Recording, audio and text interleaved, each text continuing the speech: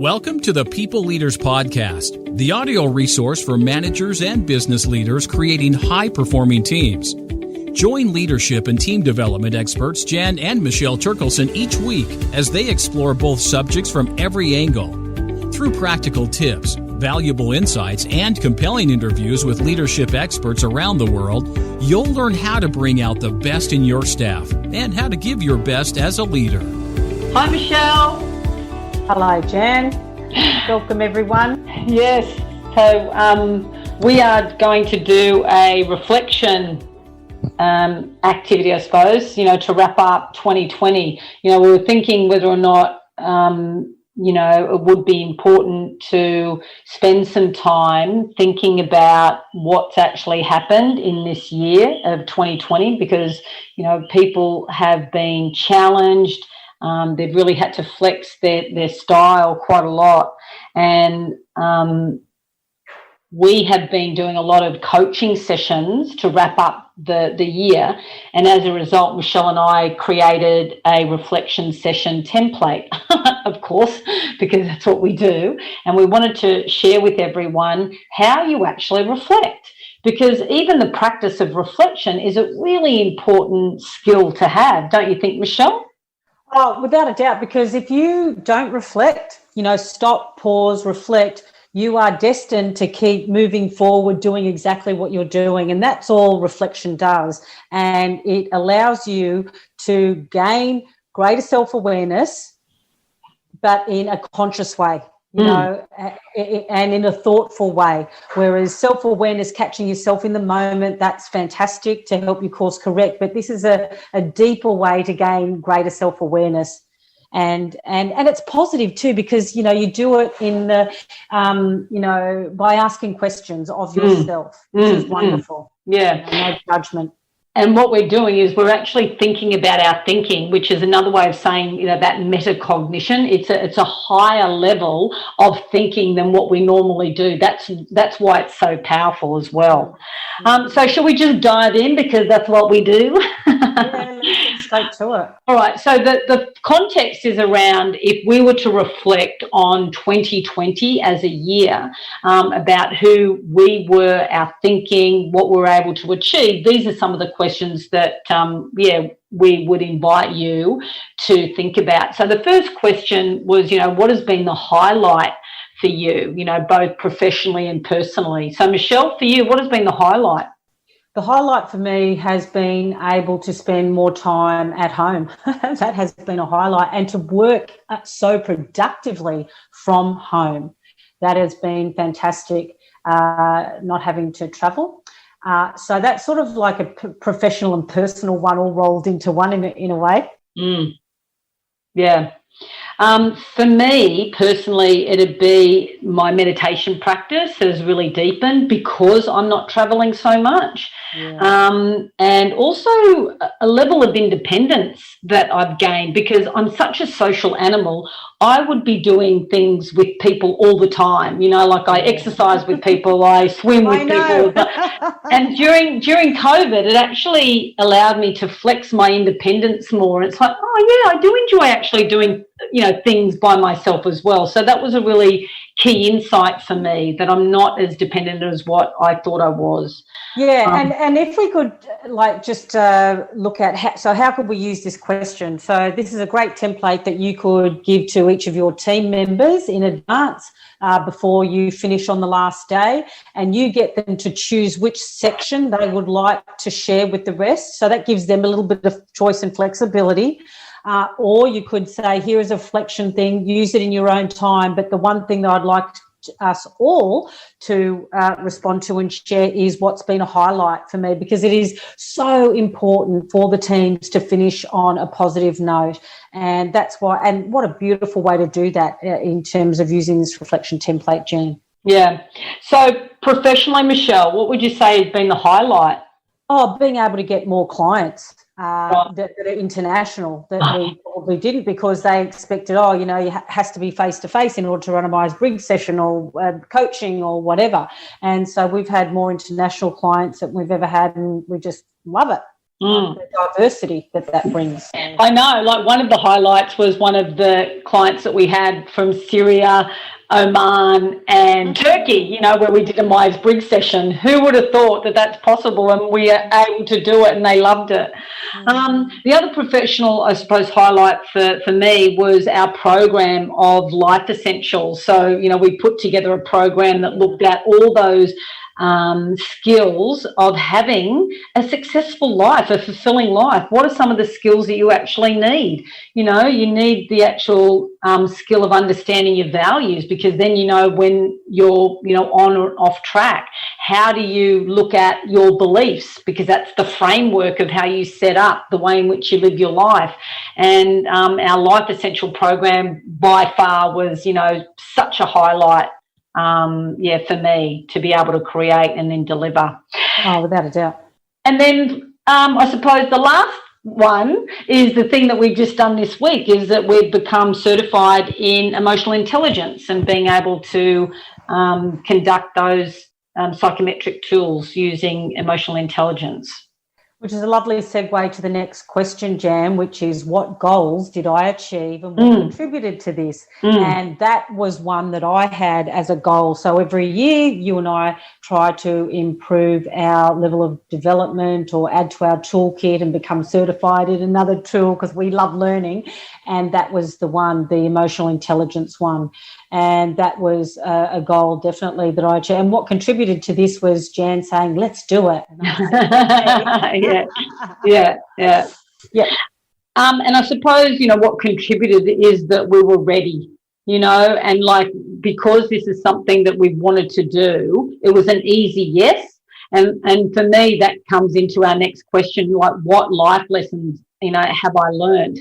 And, one of them for me is you're ready when you're ready, and people are ready when they are ready. You can't force and cajole or, push someone into doing something. You really just have to prepare a fertile ground and be a really good support. And when people are ready to step into the change or step into opening themselves up to, do something different, then that's when we can really come in. We can't come in beforehand, because it's setting up an imbalance of energy, really. So what life lesson have I learned? Very similar to that is that you cannot convince anybody of anything, which goes to your point, people are ready when they're ready, and that includes myself. When I'm trying to do something and it's just been difficult, I've found if I just let it lie, because nobody's going to, die if I don't do this thing right now. And then I'll pick it up when my energy's in a different state. Man, it's so much easier. And it's very obvious when I do need to go down a certain track, because it's just things open up and it's easy. Yeah. And so that has been a bit of a life lesson for me is, don't push it. Don't try and convince or make people do stuff that they're not ready for. Yeah, that's right. Okay. So the next question is, how happy or fulfilled do you feel? What's interesting about this word happiness is, if I link it back also to our emotional intelligence, is that it's a key indicator, or it's almost like a facet of the well-being aspect of emotional intelligence. And so for some people, happiness is am I happy today? Am I happy right now? Am I happy in general? And that, we put a time frame on it. However, so for me, happy contentment is another word that I wrap into that. And I'm feeling very content at the moment. It has been a full-on year. I'm very proud of the fact that each morning, even though I'm not like you and jump up and can hardly wait to get to boot camp, I'll do it because I know I'm going to feel good. I'm that sort of exerciser. I did do that every morning. Sometimes it was 20 minutes, half an hour, or it was a rigorous walk or something, but I did do something every weekday, and that contributed to my feeling of, I'm pretty fulfilled and happy, because I not push, but I stretch myself on all my different areas in my life, and that was one of them. So I'm feeling pretty happy about that. Yeah. And the benefits now. That's why, in the question we said how happy or fulfilled. And to your point, Michelle, about happiness, when we look at it through an emotional intelligence lens, happiness has a couple of key facets to it. And one is optimism, one is self-regard, one is self-actualizing. And can you remember the next one for that, how happy you feel? Because it is a component of a number of things. I wonder whether it was stress tolerance could have been one too. Yeah, I'll have a look for that. And then the other question is, how fulfilled do you feel? And that's where this self-actualizing comes into it, because people who are self-actualized are the ones who are living their highest order, or their important, values, or the things that are high satisfaction for them, because that's a really good indicator. Yeah, and two of the words that come up for me for self-actualizing is like grounded down to earth and fulfilling your potential. Yeah. And when you look at the definition through that lens, it makes sense. And I bet you, Jan, you've just gone to get your emotional intelligence folder, because that's what I wanted to do, to find out. So what are those, 4 key areas that, are considered to be important that make up your happiness factor? Yeah. And so with self-regard, and self-regard is really, like how you actually see yourself. Do you take care of, your mental, emotional, physical well-being? Optimism. So in the face of setback and disappointment, how are you able to recover and, claim that state? Mm-hmm. And then it was self-actualizing. So this willingness to learn and grow and fulfill those needs. And the 4th one is interpersonal relationships. Interpersonal, of course. We all need people. Do you have like well-developed relationships? Yeah. And, the well-developed relationships really relate to the quality of the relationships that you have. Like, do you have people that you can actually be, real with, and talk about your wins, but also disappointments as well, and people are going to feel, empathy for that in both the balance. And so another question that we've got on our reflection template was, who am I grateful for? So for me, it's probably, I'd put you up there, Jan. You're at the very top with my husband and my children at the moment. That's who I'm grateful for in my life. We've had a really good year in terms of we've, had some ups and downs, but we've worked it out. We've talked it out. We've been open and honest about it. Yeah, and I would say, for me, definitely family, and also the friends that I have around me. And again, I think, for those who are listening, when you can actually articulate who you're grateful for and then actually tell them why you're grateful for them, usually we wait for Christmas or a birthday or something or other like that. But to deepen relationships, if you really feel it, then that's an opportunity to express that, which is another emotional intelligent, facet, that, emotional expression. All right. So another question we have on our reflection template is one word to describe who you want to be. Oh, and this is a great leadership question too. Like, who do you want to be as a leader or as a person? The thing that just keeps coming up for me all the time is I just love the idea of wisdom. And to embody more of that. Right. To embody that would be awesome. Yeah. Of course. Yeah. Well, I had one, and then of course I wanted 2. But the first one for me is value. I want to be someone who adds value or delivers value or contributes. Yeah.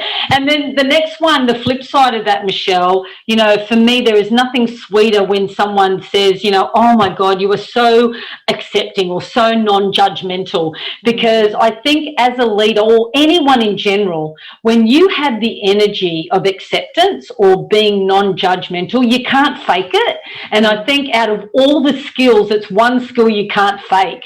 because people have such a radar for picking up on, oh, do I really tell them about that because they're going to think about me in this certain way? And when someone can say, oh, you're so accepting, and they can actually share who they are, then that's a pretty good indicator that you have that element in you. And how do you know, or how do you practice not being judgmental?